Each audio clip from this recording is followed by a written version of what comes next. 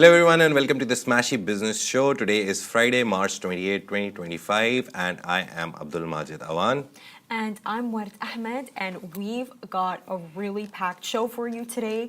Just to dive into the headlines immediately. Firstly, the UAE's central bank has unveiled this new dirham symbol, which has become such a big story. And UAE's Sukuk top in the world as Emaar and Aldar lead global rally. And finally, Etisalat sells MGX and Silver Lake buy stake in Khazna data centers. Yeah, and stay with us till the end of the show to find out how Mr. Beast's Feastables is making a big play in the Saudi market.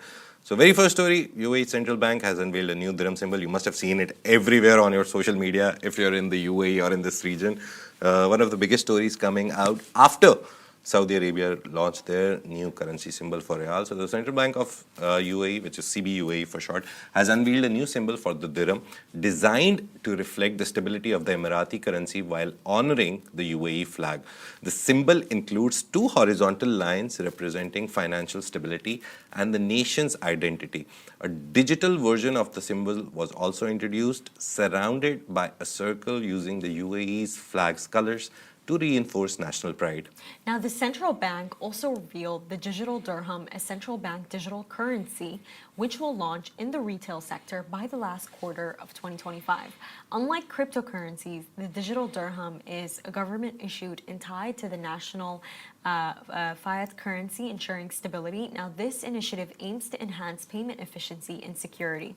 And the digital dirham will be available through licensed institutions, including banks and fintech companies. The Central Bank of UAE has developed a secure platform and wallet for seamless transactions, including retail, wholesale, and cross-border payments.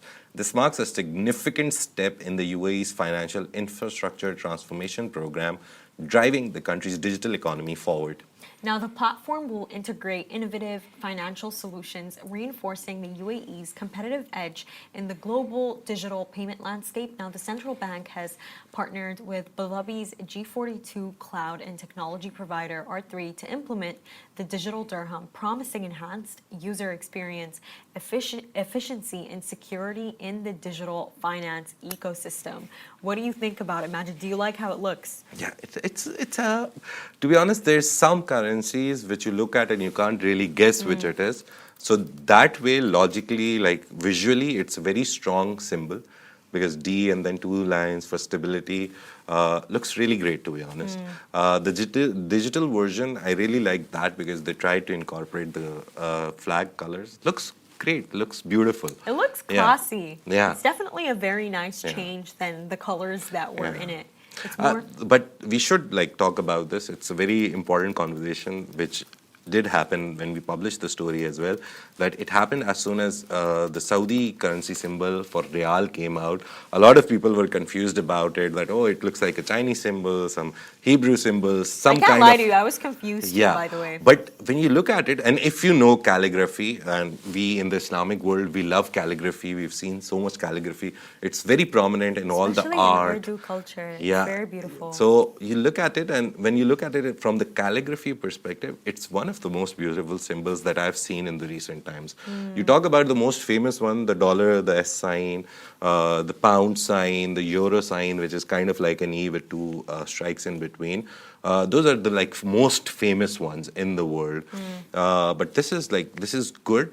This shows that Middle East, Saudi, when we talked about the Saudi Riyal story as well, we said that this shows that our currencies, the dirham and Riyal, they're gaining much more traction in the world, which shows the countries are becoming a center of this new global order, as said by Paddy Cosgrave. Yesterday, we published a video of him saying this, that somehow the whole globe, the center is finally in the Middle East, which is actually the center of the world, because 6 hours here, you can travel and access half of the population of the world, and 6 hours on the other side, you can actually access half of the population of the world. But you know, Majid, I think for me, it's really going to set in when I finally see it, on the laptop, when it's a part of our MacBooks. I feel like that's when it's finally going to set in, because you know, right now I'm looking at my laptop. Obviously, there's the dollar and there's the pound. Yeah. But it's like when this comes, I feel like that's going to be such a surreal moment. And I think it will happen on the laptops which have Arabic letters on them. Like in this region, you have Arabic letters. Like I can see it in front of me, the Arabic letters. So soon they'll incorporate that.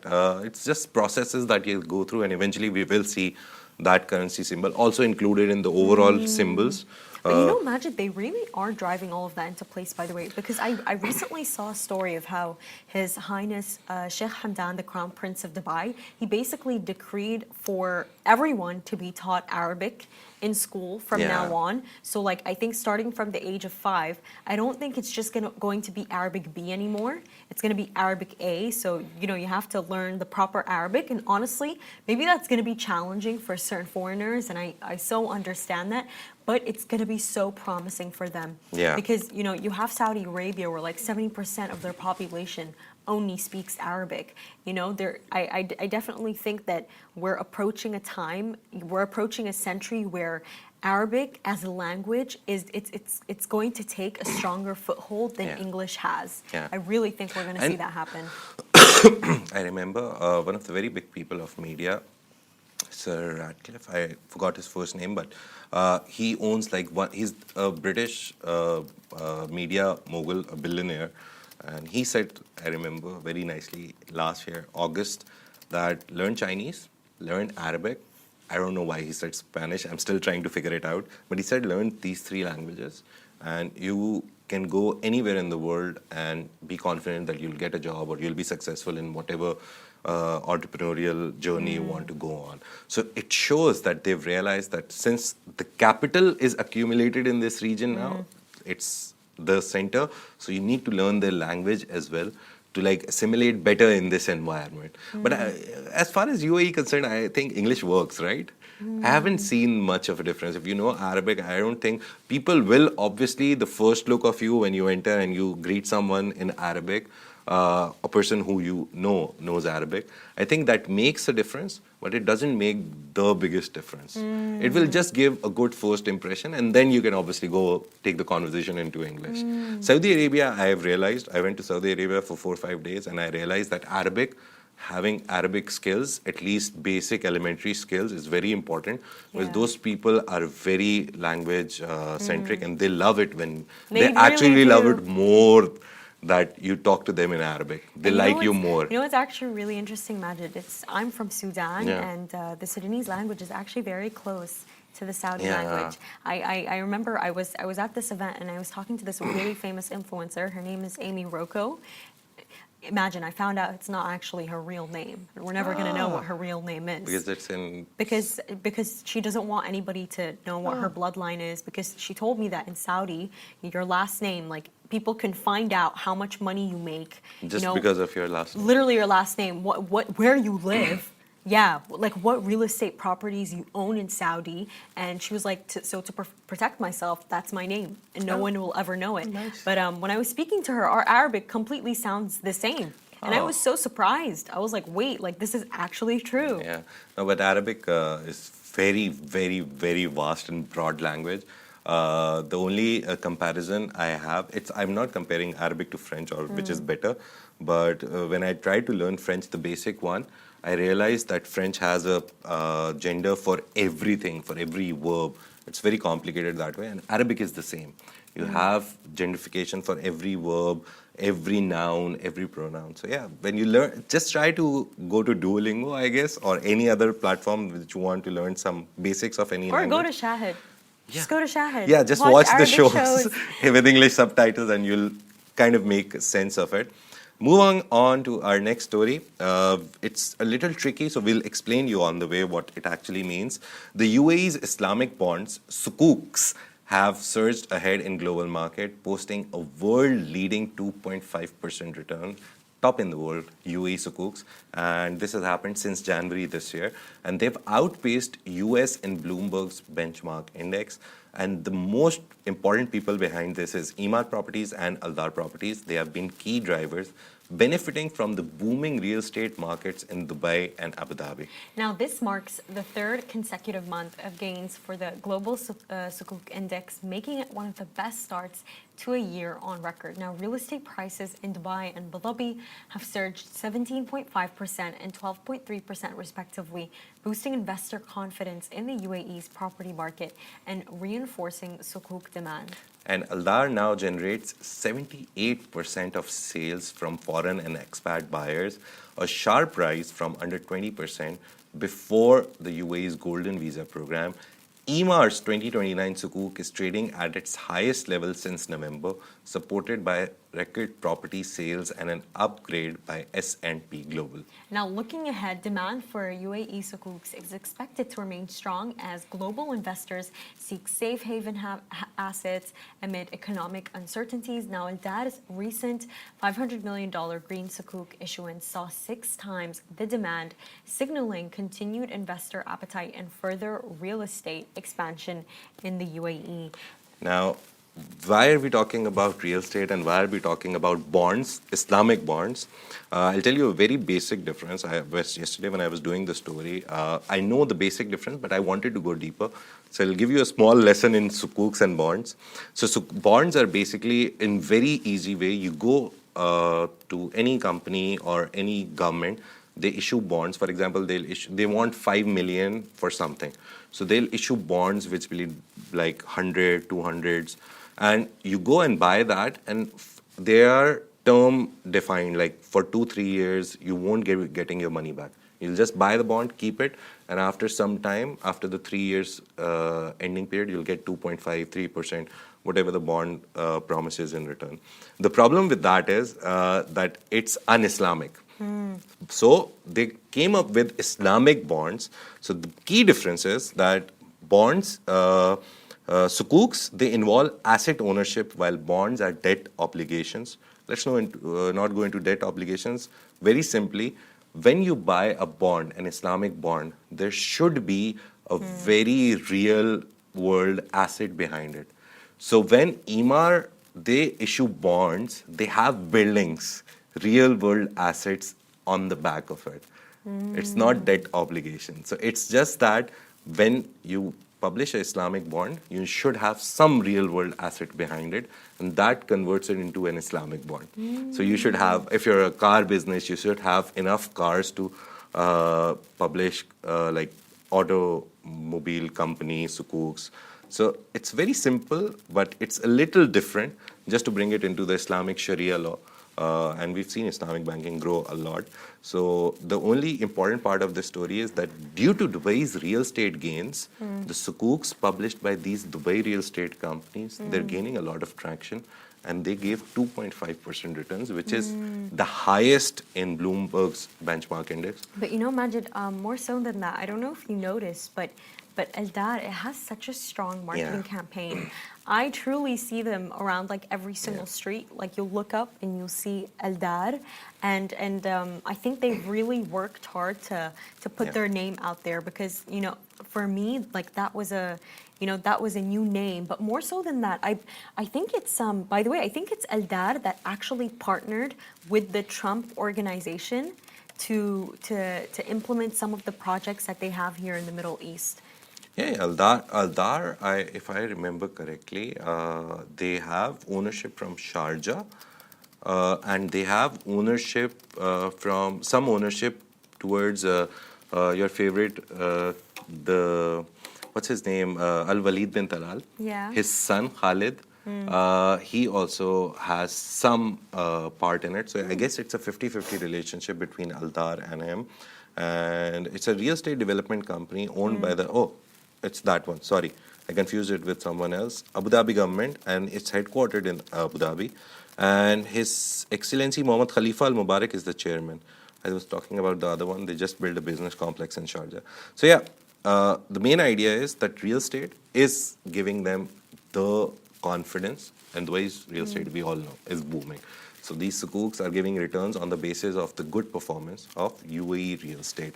And Aldar and Emaar is everyone's favorite. Mohammed Al-Abbar is everyone's favorite. I kind of made a mistake there, by the way. It's not Aldar, it's Dar Global. Oh, Dar Global, yeah, that's why different. The name was just stuck in my head. Yeah, those are two different things. Yeah. Sorry, guys. But Aldar, yeah.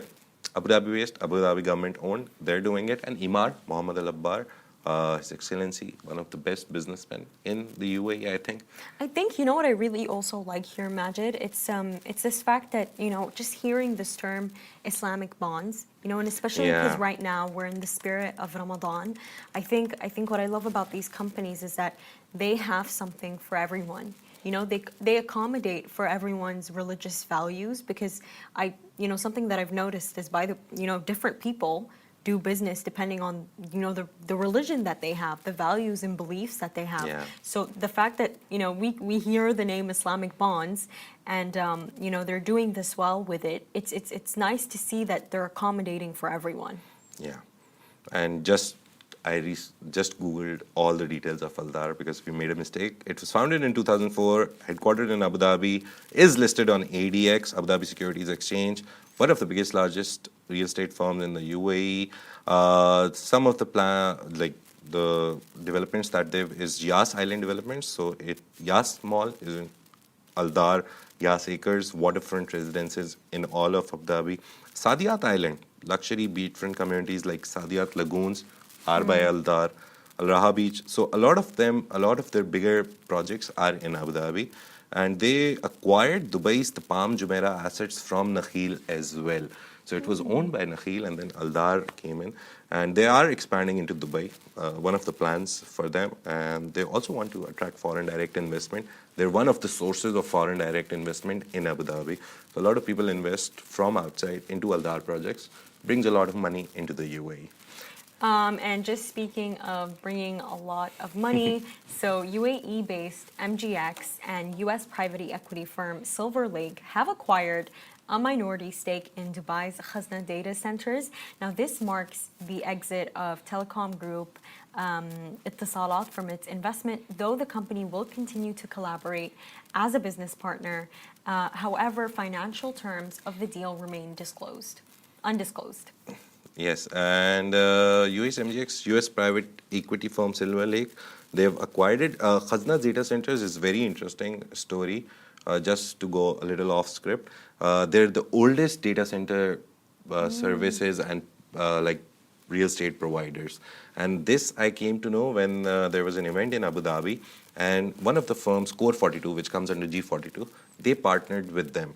So it is at that point when I realized, okay, we have some data center company which is like at least 15 years old. And at that point, no one talked about data centers, right? We just started talking about them in the last 2 years. AI wasn't really that developed, so there wasn't really that much of a need for it. So it's a significant step for Abu Dhabi's global tech ambitions, aligning with Emirates' goal to become a major technology hub. Khazna's expansion will be accelerated by new investors, strengthening its market position and capabilities. And MGX, everyone knows, we've told this story like 100 times now. Yeah. It's backed by Mubadala and G42. It's supported by Microsoft, Silver Lake. It still continues to grow. And the biggest two things that I can tell you about MGX is they're part of the Stargate project. And it's chaired by His Highness Sheikh Yeah, Mohammed. and they recently invested $2 billion in Binance. So yeah, if you don't know MGX, go look at them and find out what MGX is because it's the next big player in the UAE as a whole, but especially in Abu Dhabi. Not even just in the UAE, but In the world, to be right? honest with you, the entire world. Now, they're Yeah. actually one of the backers of Trump's and Sam Altman's $500 billion Stargate AI program, which is it's even more interesting. And there's always one figure that's always circling everything AI. In the UAE, and it's His Highness Sheikh Tahnoon. Yeah. But just to wrap up, looking ahead, Khazna plans to expand its global presence, supported by its new investors. Now, MGX's involvement signals high-profile deals in AI, digital infrastructure, and blockchain sectors, while Abu Dhabi strengthens its role in the global tech and data center industries. Now, for the last topic of today, I honestly find this one really interesting. So basically, Mr. Beast, the really famous YouTuber that a lot of people love, is going to launch his chocolate brand, Feastables, in Saudi this December. Imagine just last night when I was at Global Village, they were selling it. You know those stores that like, what are they called? Those items that like are not available anywhere. Those like Exclusive stuff, I think. Yeah, those stores that have like, I don't know, matcha Kit Kats and like, you know Like what? the export stuff, Yes, like which comes from outside. yes. I actually saw them there. Yeah, Nice. I saw them there. And for basically we found out about this news from the CEO of Mr. Beast, Alexander Ziegler, and he basically announced that with the help of Saudi-based Team Plus, they're gonna roll out Mr. Feastables during September. But what's so interesting about the entire thing is that, you know, Mr. Beast, he actually founded it in 2022. And, you know, it's actually earning $250 million in sales. And just last year, they made $20 million in profits. But what's really interesting is Majid was telling me about this video that he watched. Yeah. Remember that video, Majid? It's very funny video where he says that the money that he makes from YouTube, he actually reinvests nearly all of it. So it's multiple interviews over the last few months. One of them was, the biggest one was with Diary of CEO Stephen Bartlett, where he made a lot of revelations. But there was a very old interview as well, 2 years into Feastables. And he was at a panel in some event. It's not clear from the video, otherwise I would have told you. But he was sitting there, and the host was in a very funny mood, and he was like, why did you go into Feastables? And the story is that he's the kind of guy who himself says that he gets obsessed with stuff. So he went and found out that how many chocolate companies are there in the world. And he's like, there's only like 10 of them which make literally every kind of chocolate, not Dubai chocolate, but every other kind of chocolate. And he said that it was so untouched, the market, that I thought that one of my products is going to be chocolates because it's so untouched and I want to disrupt it. And that's what he does with his YouTube videos and everything also. And then the host was in a funny mood again, how much does it make? And imagine, just the second year of Feastables, he's like, yeah, we made a couple of 100 millions. Just casually. And a couple of 100 millions is more than the amount he makes from his YouTube. So just a chocolate business, a very basic, like some flavored chocolate business, and 200 million. And I think what's so interesting, by the way, is what he said in that video. It signals towards him being more of a businessman than a creative, by the way, because he didn't say I love chocolate. He just said that this is an untapped market which I can use to my advantage, and I think that says a lot of about his character. I don't enjoy his videos, by the way. I don't think I'm the biggest Mr. Beast fan. Some people are actually crazy about him because I don't understand it, Majid. I think it's just the people who have access to him, like in the US or Europe, where he's usually there. So they want to be a part of some of the challenge and win big, right? So I think those people are his biggest audience. And then we are like on the periphery. We know Mr. Beast is not coming here every day or every month. The good thing about this whole scenario is that the CEO also said that he will come to Saudi Arabia for the launch. So we will see Mr. Beast in Saudi Arabia. Yeah, and Turkey Al Sheikh. Yeah, actually, just recently he was actually there during Riyadh season, and Turkey Al Sheikh, he posted this photo with Mr. Beast on X, basically saying that there are many surprises to come with Mr. Beast. And I think what's also so interesting about Saudi's entertainment chief here, Turkey Al Sheikh, is that he, you know, from every single industry, he manages to find such a good connection, you know, because YouTube, it is a form of entertainment, and who better to go to than the biggest YouTuber in the world, right? The king of YouTube. So, but I think what's even more interesting than that is it's the fact that, by the way, right now in Saudi Arabia, they're actually selling Feastables in Lulu hypermarket. Nice. Yeah, so it's actually already there. So I think the fact that he's going there, it also signals to the fact that he found that there was demand and that, you know, the Saudi people are enjoying it. But, you know, it just got me thinking on Lulu hypermarket, Majid, and just how great they did, you know, especially with their IPO. Do you remember how much they raised? They raised nearly to $1.7 to $1.8 billion from their IPO. So around like over 6 billion dirhams. 6 billion dirhams, if you multiply it by 3.5 even, nearly 6 to 8 billion, somewhere in that range. Very bad with maths, so we're trying to keep them in ranges now, not giving but, you know, clear Majid, numbers. I just, like the story of Lulu, I just find it so inspiring because their founder, Yusuf Ali, and his story, it's so beautiful because of the fact that Majid was telling me that when he came to the UAE, he worked as a laborer. He worked for his uncle in the store. Like you go to Bakalas, you see guys working there, right? He was that person. It was a small store by his uncle. He worked there. There's a lot of written stories on him. Everyone has done it. But the most interesting part is he used to sleep on the roof. He used to put water on the floor so it doesn't get too hot in summers. Roof of the shop. So yeah, he used to put water on the floor and then sleep so it doesn't get too hot. And there's so many things that these guys have gone through. Only for now to come for his IPO for Lulu Hypermarket to raise over 6 billion and dirhams. he's such a big philanthropist. He is like a hero to the people from where he belongs, the south of India. He's given billions just for housing projects. Whenever there is a flood or any natural catastrophe, he is there. He's personally there. Just for context, he's from Kerala. Yeah, so a lot of people, they give money, but he actually goes there wearing his pants, standing with those people, helping them with whatever possible. So he's kind of like that philanthropist figure which made his money in the UAE, and now he's helping people across the world. His story is so inspiring. We did a Dreamers on him, I remember. It did really good because a lot of people love him. That's the thing.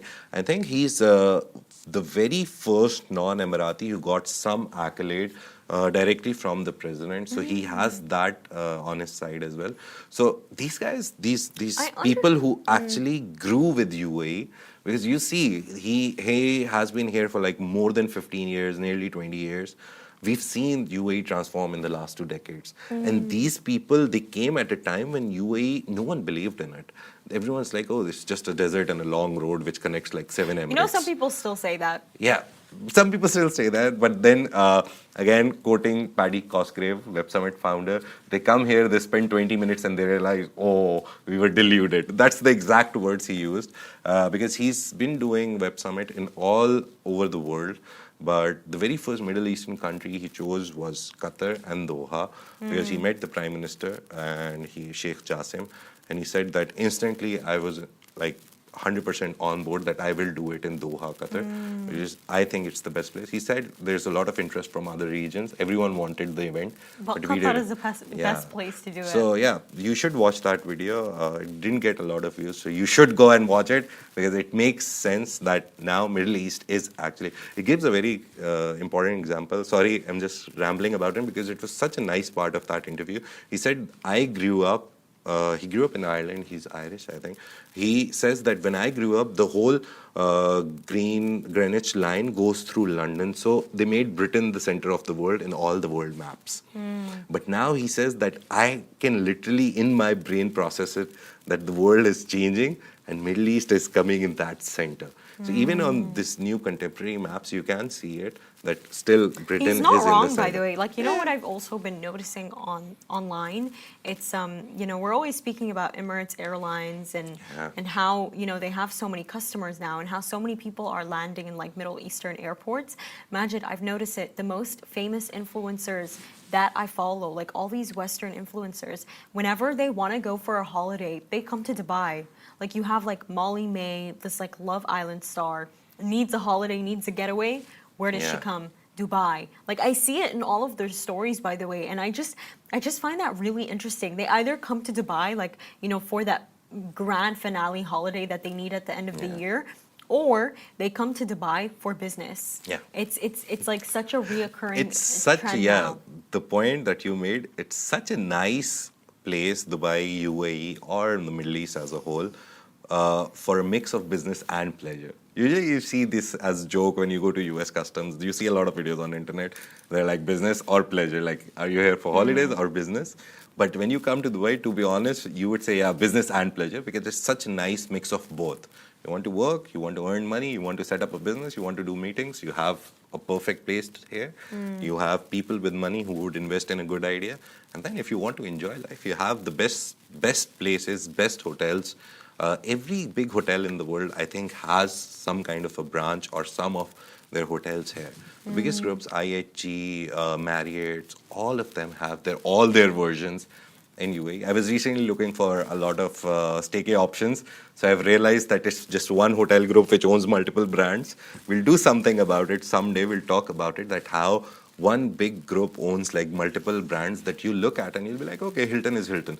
But then you'll be like, no, it comes under this group and it has multiple names. These are like brothers and sisters of each other. So yeah, thank you so much. I think we'll close the show for today. Last show before Eid. So yeah, happy Eid Eid. Mubarak to all of you, and make sure to follow us across all our social media channels at Smashy Business, and stay ahead with our daily newsletter. You'll find the subscription link in the description. And this has been a Smashy Business show, a Smashy Business production, part of the Augustus Media Podcast Network. A big shout out to our 1.5 million monthly listeners across all platforms. You make this possible. If you're one of them, we appreciate you. Have a great, great, great Eid. Advance Eid Mubarak. Enjoy the time with your family and friends. Don't think about business, I think. Shut off, enjoy the days, and then we have to come back for work for a long summer, right? Bye-bye.